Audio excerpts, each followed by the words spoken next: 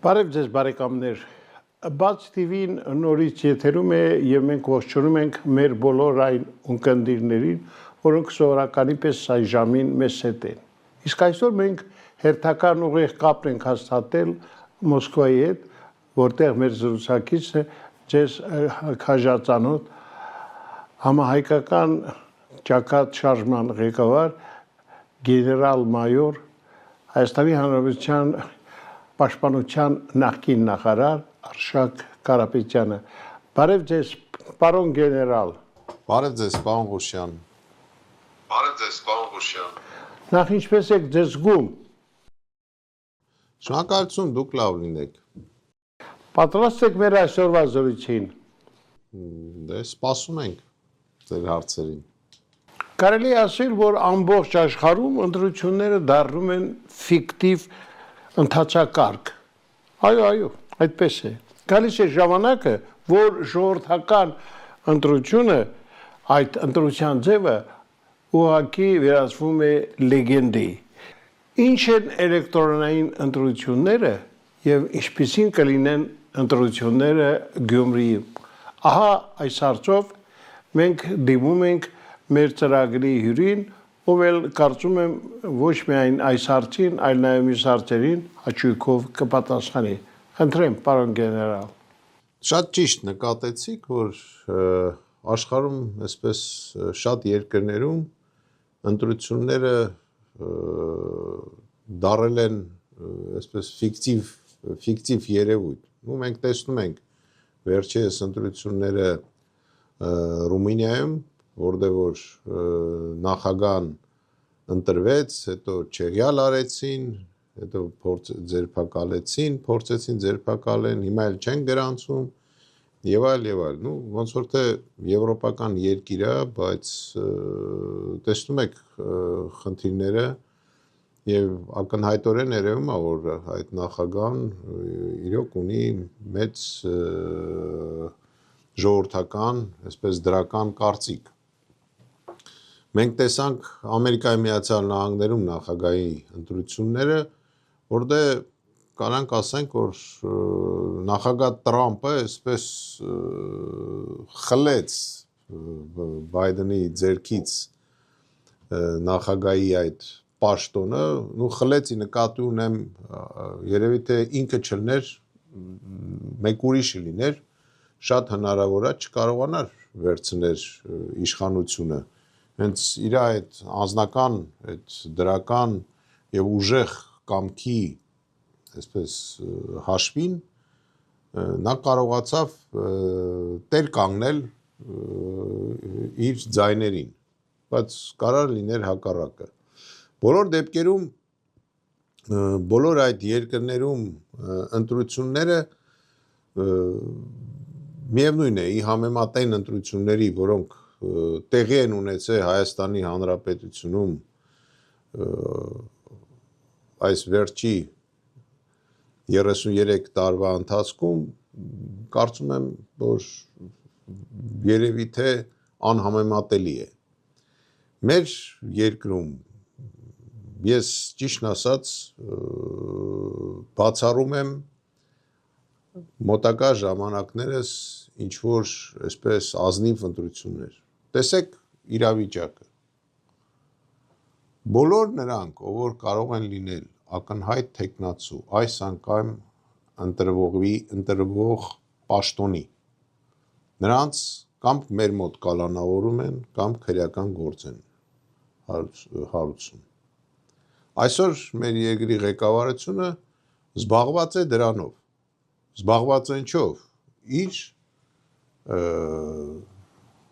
քաղաքական հակառակորդներին չեզոքացնելու ճանապարհի վրա է կանգնած։ Դրանով զբաղված։ Չկա այսօր քաղաքական գործիչ, ես բազմիցս ասել եմ, Հայաստանի Հանրապետությունում, որ կարողանա ասի իրեն վրա չկա քրեական գործ։ Իմիջիալոց շեղվելով ասեմ, որ այդ քրեական գործերը նկարողները պետք է հասկանան, որ ցանկացած քաղաքական իշխանություն ունի սկիզբ եւ ունի վերջ։ Կարծում եմ պետք է շատ անգրագետ լինես, որ չհասկանաս, որ սրանց վերջը ոնց որ թե երևում է։ Եվ ինչ են անելու այդ քննիչները։ Ինչ են անելու այդ դատախազները։ Ինչ են անելու։ Ով էլ գա սրանցից հետո իշխանության զբաղվելու է իրենցով 100%։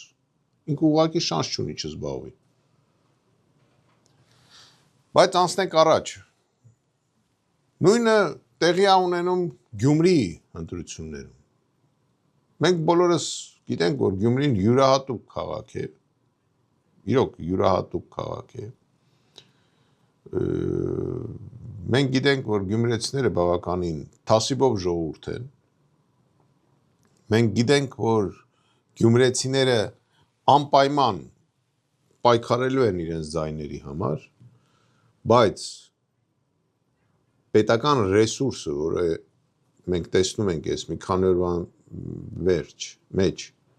այնտեղ կիրառվում է եւ փորձում են փաստորեն զավթեն իշխանությունը։ Մի անգամ նա զավթեց, երբ որ պաշտոնակատար նշանակեց։ Ինչի չգնաց մի անգամից ընտրությունների։ Ինչի նշանակեց պատրոն։ Զավթեց։ Ես գտնում եմ, որ զավթել է իշխանությունը։ Հիմա ստիպված է, հիմա չի կարա ընտրություններ չնշանակի, նշանակել են Գյումրիում ընտրություններ։ Ցավոք սրտի պետք է շեշտեմ, որ Գյումրի ընտրություններում էլ ես չեմ սպասում, որ կարա լինի ազնիվ ընտրություններ։ Ես վստահ եմ, որ իշխանությունը ամեն ինչի ընդունակ է ճնշումների, մարդկանց կալանավորելու տեղեկություններ նման ունենք։ Թեկնածուների վրա ճնշում գործադրելու մենք տեսնում ենք այդ բաները։ Ոնց կարանք խոսենք ազնիվ ընտրության մասին Հայաստանի Հանրապետությունում։ Եթե մի փոքր քաղաքում դա արդեն թողներեն իսկ գյումրեցիները, եթե ոչ թե փոքր է, երևի թե մի առանձին քաղաքում, այսպես ասեմ, չեն կարող դա ապահովենք։ Ու չեն կարող ապահովենք թեկնածուներ, որին ժողովուրդը վերջնականապես կհավատա։ Անցնելով առաջ ասեմ, որ մենք զբաղվում ենք Գյումրիով, մենք պատրաստվում ենք Գյումրիի ընտրություններին, ոնց ենք պատրաստվում, բացատրեմ ձեզ, մենք երևի թե, ոչ թե երևի թե, որոշում ենք կայացրել այդ ուղղությամբ եւ աջակցելու ենք մեր թիմակիցներից մեկին, մոտակա ժամանակը դուք դրա մասին կիմանաք, պարոն Ղուշյան։ Բայց այսօր արդեն Գյումրի ընտրությունների հետ կապված, պարոն գեներալ, այնպիսի աժոտաժ է բարձրացվել եւ իշխանությունները փորձում են ամեն կերպ խանգարել այն բոլոր տեխնացուներին, որոնք իրոք ավելի այսպես ռեալ հնարավորություն ունեն դառնալ Գյումրու քաղաքապետ, բայց քպական չեն եւ հասկանում եք, որ դա նրանց համար շատ ծանր այսպես փաստ կարող է դառնալ։ Ես դրա համար չեմ ուզում ասել ձեր տեխնացունով է, որպեսզի նրան ավելի շատ չխանգարենք։ Ես հույս ունեմ, որ այնուամենայնիվ Գյումրին ճիշտ ընտրություն կկատարի։ Ես էլ եմ հույսով, բոլոր դեպքերում, պարոն Ղուշյան, մեր երկրի համակարգը ես գտնում եմ շատ սխալ կառուցված։ Մեր երկիրը պետք է անցնի նախագահական համակարգի, եթե խոսում ենք երկրի մասին։ Եվ այդ քաղաքները, ինչպիսին են ասենք Գյումրին, հա, ինչպիսին է Երևան քաղաքը, Կապանը, քաղաքապետը պետք է լինի նախագահի կողմից նշանակովի։ Այն մարզպետները կարող են ընտրվել, ընտրովի լինել, բայց ես գտնում եմ, որ մոտակա մի 10 տարին երևի թե պետք է քաղաքապետերը լինեն նշանակովի։ Ուրիշ տարբերակ համակարգ ստեղծելու չկա, բայց պետք է լինի նախագահական երկիր։ Միայն այդ դեպքում, որտեղ մի հոգու ստիպել հրաժարական տալը շատ ավելի հեշտ է, քան երբ որ ինչ որ մի հատ sense հոբ կոմանդա է կանգնած այդ իշխանության գլխին, մի թափթփուկների խումբ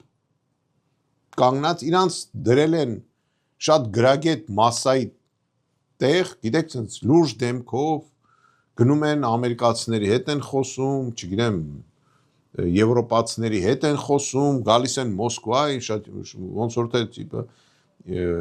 կարծես իրենք շատ լուրջ տղեկ են, բայց իրականում այս բոլոր այդ երկրներում իրենց վրա ծիծաղում են իրենց անգրագիտության վրա։ Ուղղակի ծիծաղում են։ Իրանք խայտարակում են մեր հայ ժողովուրդը։ Այդքան բան։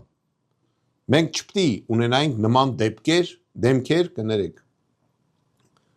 որոնք կարող էին ներկայացնել հայ ժողովուրդ։ Չպետք է ունենայինք։ Չեմ ուզում ամեն մեկի անձնականից բան պատմել, որտեղ ես անձնական դաշտ չեմ մտնում։ Բայց իրանք շատ եւ բարոյական հարցեր կա, եւ խնդիրներ կա, եւ գաղափարական խնդիրներ կա իրենց հետ կապված։ Իրանք չեն կարող ներկայացնել հայ ժողովուրդը։ Ոչ ներսում, ոչ դրսում։ Պարոն գեներալ, դե դուք ասում եք, որ Հայաստանում պետք է լինի նախագահական կառավարման ձև։ Փորձեք մի փոքր ավելի հանգամանորեն ասել, թե ինչու եւ ինչպես եք դա պատկերացնում։ Հստակ մի բան պարզ է։ Մեր բոլորիս, հա, լավ բարկա մենտալիտետ են ասում։ Մեր ազգին դա ոչ բնորոշ բան է, երբ որ խոսում ենք պարլամենտարիզմի մասին։ Որովհետև կներեն, թող ինձ ներեն, ես որպես հայ իրավունք ունեմ այդ կարծիքը ասեմ, մեր մոտ թիմային խաղերը շատ բարդ է ստացվում։ Նույնիսկ սպորտի ոլորտում։ Մենք բոլորս տեսնում ենք։ Մենք ունենք հայտնի ֆուտբոլիստներ, որոնք սաղ Եվրոպայով գոլեր են խփում, բայց երբ որ գալիս են մտնում են հայկական թիմի հետ են խաղում, ուղղակի վազում են մի դարպասից մյուս դարպաս։ Նույնը վերաբերում է Հայաստանի կառավարությանը։ Մի դարպասից վազում է մյուս դարպաս։ Այդ է պարլամենտարիզմը։ Ու մեր մոտ ամեն ինչ ֆիկտիվ է։ Ես բազմիցս ասել եմ։ Եթե մեր երկիրը պարլամենտական երկիր է, ապա ես մի քանի հարցեր ունեմ։ Մի անգամ ասել եմ, ինչի է դատախազը ամեն շաբաթ զեկուցում վարչապետին։ Նա պետքա գնա ազգային ժողով եւ իր զեկույցները ազգային ժողովում անի։ Ինչի է երկրի դատախազը ներկա լինում կառավարության նիստին։ Ինչ կապ ունի դատախազը կառավարության նիստի հետ։ Ինձ բացատրեք, ես հասկանում։ Ինչ պարլամենտարիզմի մասին ենք խոսում։ Ինչի պետք է քննչական ծառայությունները ենթարկվեն վարչապետին։ Դրամայել ինչ ուզում անում է։ Ում վրա ասես գործ են նկարում, նորից վերադառնում եմ այդ հարցում։ Մարդկանց տանում տարիներով փագում են։ Չեն կարողանում այդ գործը ապացուցել։ 3 տարի նստացնելուց հետո բաց են թողում։ Բա ով այդ պատասխանը ով է տալու։ Ես մի անգամ ասել եմ, ինչի զինվորականը, եթե հանկարծ մի հրաման չի կատարում, զինվորականին տանում դատում են։ Ես հարց ունեմ, եթե քննիչը եւ դատախազը քրեական գործ են հարուցում, մարդուն տանում նստացնում են։ Հետո այդ մարդը դուրս է գալի կամ արդարանում է։ Ինչի իրենք պատասխան չեն տալի։ Ես գտնում եմ իրանք պետք է նստեն իրանց տեղը։ Այ 3 տարի ինքը անմեղ մարդուն նստացրել է, ինքը պետք է գնա 3 տարի նստի։ Այդ մարդու տեղը, ում որ անմեղ տարի նստացրել է։ Նախագահական երկրի դեպքում արդարության պատասխանատուն կոնկրետ գրված է, երկրի նախագահն է։ Իսկ եթե կա օրենք, բայց չկա արդարություն, ուրեմն այդ օրենքը չի կարա համարվի օրենք։ Իսկ մենք գիտենք սահմանադրությամբ նախագահան արդարության երաշխիքն է երկրում։ Բոլոր երկրներում այդպես է։ Եվ նախագահան իրավունք ունի անարդարության դեպքում խառնվի, որտեվ նույն օրենքը միշտ չի, որ արդարության կողմն է հայտնվում, ցավոք սրտի, ինչ որ մի դրվագներից ելնելով։ Դրա համար նախագահական պետք է լինի, ու հետո ավելի հեշտ է մի հոգուց ազատվել, քան կներեք մի 80 հոգի անգրագետ մարդկանցից։ Դրա համար նախագահան եւ նախագահական կառավարումը Հայաստանի Հանրապետության համար շատ կարեւոր է։ Բացի դրանից աշխարհը գնում է նախագահական կառավարման, որ երկրներում կա պարլամենտական կառավարում, որպես օրենք արտաքին աշխարհում այդ երկրները թույլ են, որպես օրենք իրենց բանակները թույլ են, որպես օրենք չեն զարգացնում իրենք, որտեղ ոչ մի դեպուտատի ձեռ չի տալի երկրում ունենալ, կներեք, ուժեղ զինվորական, ուժեղ գեներալ, ձեռ չի տալի, եկեք չբացատրեմ, դրա համար չի լինում, որ բանակը լինի ուժեղ։ Գերմանիայի նման երկիրը, որը ահ ու սարսափ էր դարեր շարունակ ամբողջ աշխարհի համար,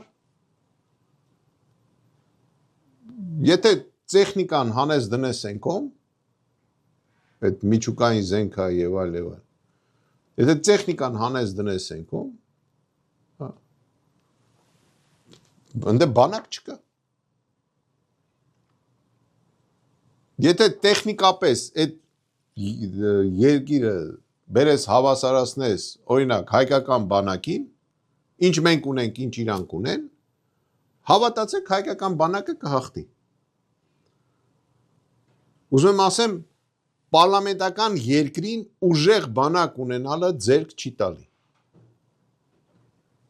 Ինչ տեսնում ենք, դա տեսնում ենք։ Մեր նման երկրում չկա գերագույն գլխավոր հրամանատար։ Ու ասեմ, մեր պարտությունների 80%-ը կախված է դրա հետ։ Ու ի վերջո, ես ուզում եմ հիշենք այն սովետական միության ժամանակ, երբ որ ՑԿ-ի ղեկավարը ընտրվում էր ՑԿ-ի կողմից, ու երբ որ սովետը փլվեց ու մենք ստացանք իրավունք ուղիղ ընտրել երկրի ղեկավարին, պարոն Ղուշյան, դուք պետք է հիշեք ինչ ոգևորություն առաջացավ մեր ժողովրդի մեջ, որ գնում էինք ընտրատարածք եւ ընտրում էինք ուղիղ երկրի ղեկավարի, ինչեն մեզ զրկել այդ իրավունքից, ինչի իրանք պետք է որոշեն ով է մեր երկրի ղեկավարը, մի խումբ թափտպուկ, ինչի ամեն Հայաստանի քաղաքացի ինքը պետք է գնա ընտրի երկրի ղեկավար։ Այդ դեպքում մենք կարանք հույս ունենանք արդարության վրա։ Ու երկրի ղեկավարը այդ դեպքում կնշանակի դատախազ, պաշտպանության նախարար, ինքը կլինի գերագույն գլխավոր հրամանատար։ Այսօր բանա, չգիտես ով է։ Իրանք իրար մեջ հավաքվում են, դատախազ են նշանակում, իրանք իրար մեջ հավաքվում են, նախագահ են նշանակում, ինչի, ուզում եմ հասկանամ, ինչի, դա մայլ հարևան երկիրը մեզ լիովին գերազանցում է, մեր հակառակորդները, լիովին գերազանցում են կառավարման համակարգում, տեսեք Թուրքիան, քանի պարլամենտական երկիր էր, կներեք բարդակ էր կառավարման համակարգում, անցան նախագահականին ու կար ժամանակում այսօր մեր ռեգիոնում Եվ աշխարհում իրենց դիրքերը ամրապնդվեց։ Մենք արեցինք հակառակը։ Ես միշտ ասել եմ, այդ մեր այսօրվա սահմանադրությունը, որը որ ենթադրում է այդ պարլամենտական կառավարման համակարգը, դա Հայաստանի համար վտանգավոր սահմանադրություն է։ Մենք պետք է շուտապույտ կերպով անցնենք նախագահական ընտրությունների եւ դրա մեխանիզմը մենք ունենք։ Պարոն գեներալ, հիշեցնեմ, որ մարտի 2-ին կայացավ համահայկական ազգային միասնության խորհրդի համաժողովը։ Խնդրեմ մի քանի խոսքով փորձեք մեզ բացատրել, թե դա ինչ էր, ինչ հետաքրքիր հեռանկարներ կան այստեղ։ Գիտեք, մենք ուզում ենք, որ մեր երկիրը զարգանա։ Մենք այդ կառույցը, նոր կառույցը ստեղծել ենք եւ ստեղծում ենք մի նպատակով, որ հանենք երկիրը այս վիճակից։ Այնպես չի, որ համահայկական ճակատ շարժումը, ասենք, իր մեջ բավարար կամ ոչ բավարար ուժի մասին է խոսում ու ինչ որ լրացուցիչ բաներ է ման գալի, չէ, մենք ուզում ենք կներեք, մենք ոչ թե ունենք նպատակ զավթել իշխանությունը, մենք չունենք նպատակ եւ մենք չենք պայքարում մի հոգու դեմ։ Հասկանում եք։ Մենք ուզում ենք մեր երկիրը տանենք հաղթանակի ճանապարհով։ Դրա համար մեզ պետք են մարդիկ, մեզ պետք են կուսակցություններ, որոնք ունեն իրենց համակարգերը, ու մենք միասին պետք է զբաղվենք բոլոր թերությունները վերացնելու։ Այդ խորհուրդը ինքը համագործակցության դաշտ է։ Մենք ուզում ենք համագործակցենք բոլորի հետ։ Մենք ուզում ենք այդ դաշտում միավորենք բոլորին։ Ու ասեմ ձեզ, որ ամսի 2-ին դուք տեսաք, մենք բավականին գոհ ենք։ Մոտավորապես 70 տարբեր կազմակերպություններ են մասնակցել այդ համաժողովին։ Խորհուրդը մի քանի օր առաջ կազմվել է, դուք դա պետք է կարդացած լինեք, մենք դրա մասին հայտարարել էինք, հա, եւ շարունակում է կազմավորվել, մենք ուրբաթորն ենք անցկացնելու այդ հարցով խորհուրդ, եւ նորից եմ կրկնում, խորհուրդը համագործակցության դաշտ է, տարբեր ուժերի մեջ։ Մենք ստեղծում ենք այսպես մի համակարգ, որի մեջ ուզում ենք ներառել բոլորին, ով որ ունի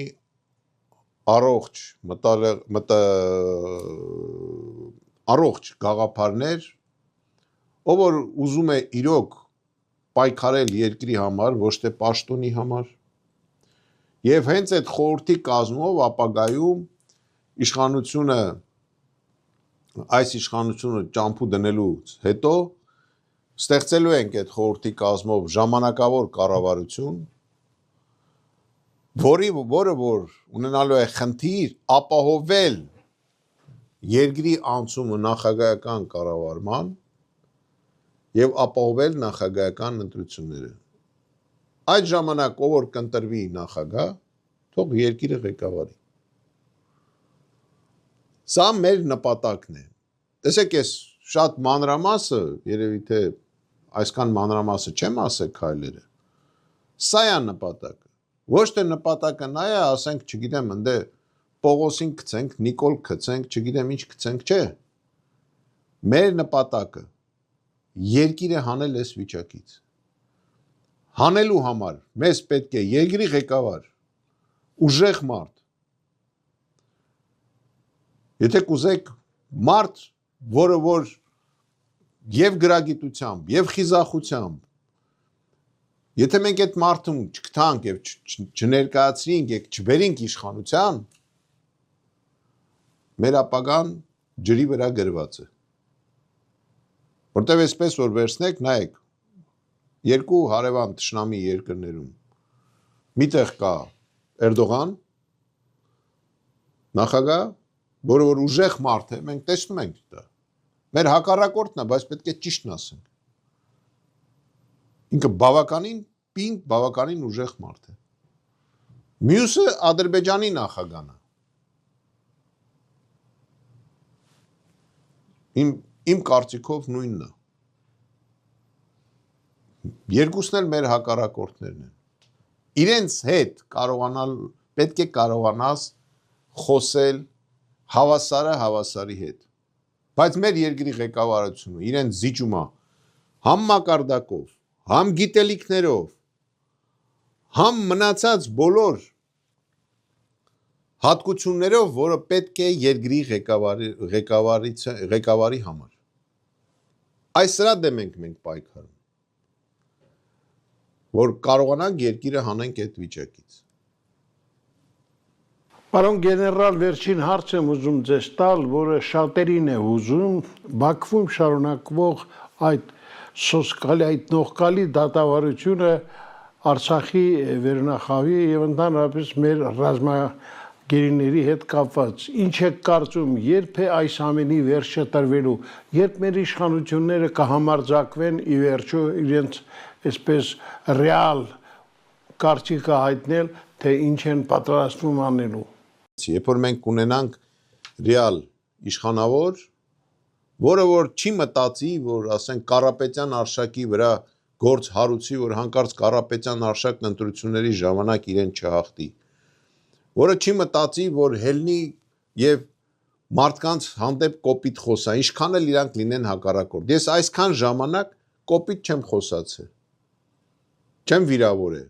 ոչ մի քաղաքական գործի։ Հին կլնեն, թազա կլնեն, ինչ կլնեն, երբևիցե չեն վիրավորել։ Երբ որ մենք ունենանք երկրի ղեկավար, որը կարա ղեկավարի երկրով, որը կարա նստի մի սեղանի եւ խոսի Ալիևի հետ, այդ ժամանակ մենք կունենանք շանսեր։ Իսկ ինչ վերաբերում է Բաքվի գերիներին, պարոն Ղուշյան, եկեք հիշենք, որ բացի այնտեղ պահվող մեզ բոլորիս հայտնի Արցախի ղեկավարների, այնտեղ կան եւ հասարակ մեր քաղաքացիները, որոնց մասին էլ մենք պետք է մտածենք եւ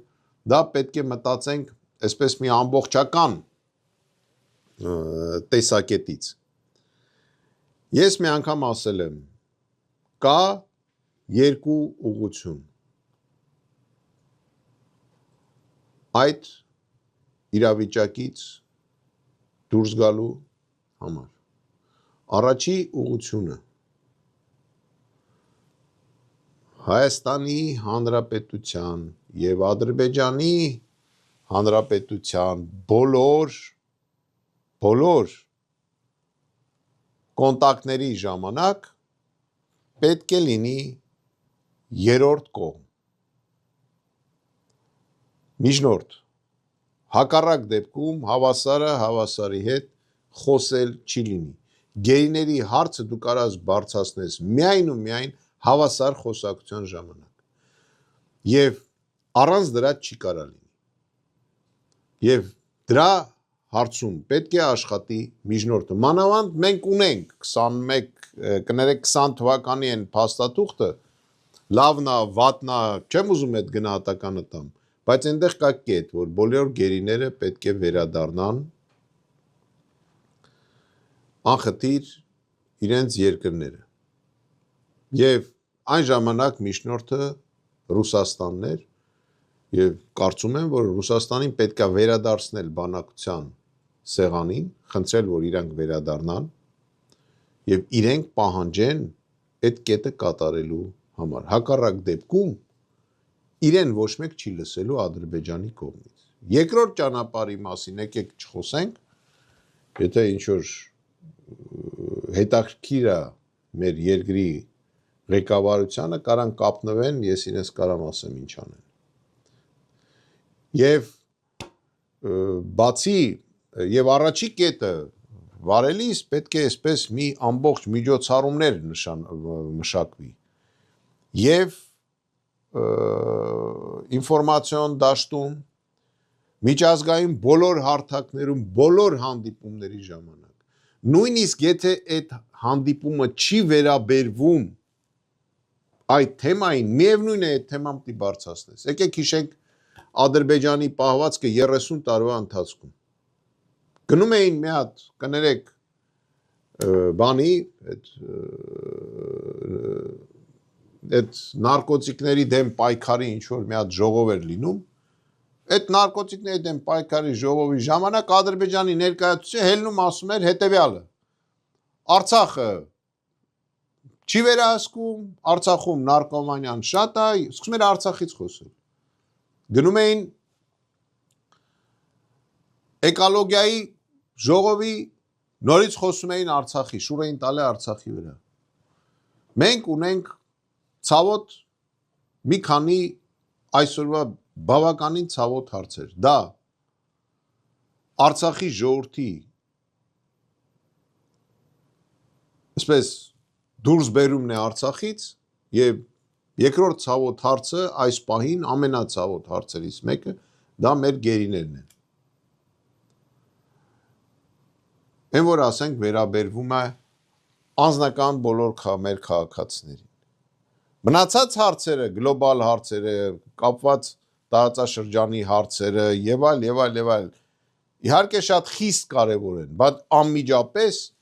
մեզ հուզող հարցերը դա է ուրեմն այդ հարցերը պետք է բարձրացվի բոլոր միջոցառումներին բոլոր հանդիպումների ժամանակ բոլորի կողմից Եվ այդ հարցում կներեք երկրի ղեկավարությունը նույնիսկ պետք է համագործակցի оппозицион ուժերի հետ պետք է համագործակցի բայց նրանք այդքան խելք չունեն Ուրախ եմ մեր հերթական կապի համար սիրելի բարեկամներ հիշեցնեմ որ մենք հերթական ուղիղ կապն ենք հաստատել մեր արժանի այսպես զինվորականներից մեկի համահայկական ճակատ շարժման ղեկավար գեներալ-մայոր Արշակ Կարապետյանի հետ ով մեզ հետ նորից շատ բաց ու թափանցիկ էր այսօր այսքանը ցտեսություն